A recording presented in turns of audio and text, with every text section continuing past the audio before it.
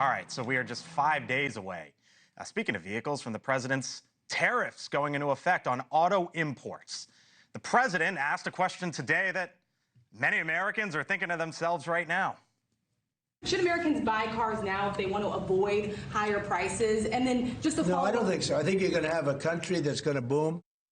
Wall Street selling off today, reacting to a new inflation reading that came in hotter than expected. The top three major indices all selling off, all closing out in the red to end the week. NewsNation, by the way, also told tonight that when the president spoke with the automakers earlier this month, he warned them not to raise prices.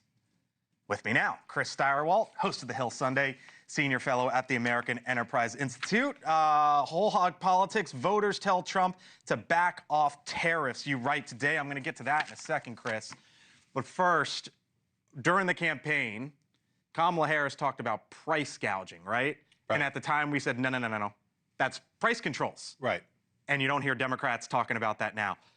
The president of the United States telling leaders of an industry to not raise prices, that's price controls.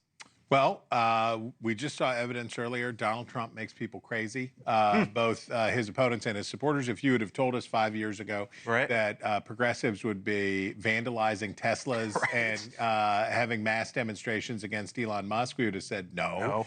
And then if you could see that somehow driving an electric car would become right-coded and MAGA switched, red-pilled, you'd say, what in the heck is going on here? So Donald Trump makes people crazy. And whether you like that or don't like that, that's the reality.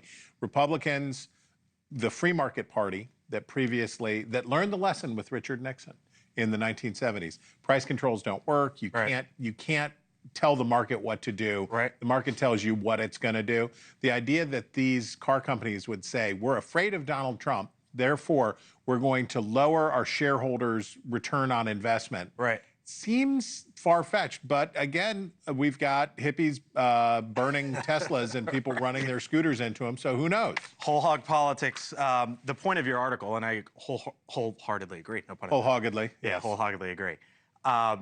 Signal. I'm not saying that wasn't a story. Right, it's a huge story.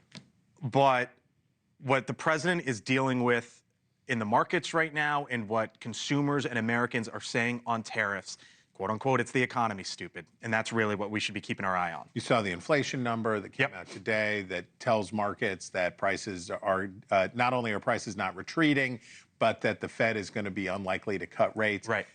Every 60–70% of Americans are now investors because of their 401ks and their IRAs. People watch the stock market. They pay attention. There's a governing third in this country, about a third of the nation, that gets to decide every election because they're the people who are persuadable. Donald Trump persuaded them that he meant lower prices. That's what the sign said, right? Donald Trump, lower prices. Kamala Harris, higher prices. That was the message, and it was a good and effective message. If prices don't come down, voters will punish Republicans brutally in the next election. In the midterms, November next year. A lot of time between now and then. But maybe the gear catches. Maybe Donald Trump is right. Maybe Donald Trump is right in the way that Joe Biden wasn't right when he tried an economically unpopular position and it blew up on Democrats. It's Friday. That means we get a little Friday Night Unfiltered later in the show to end it. Raw excellence ahead. Thank you for watching, and make sure you go to joinnn.com to find NewsNation on your television provider. And don't forget to click the red subscribe button below to get more of NewsNation's fact-driven, unbiased coverage.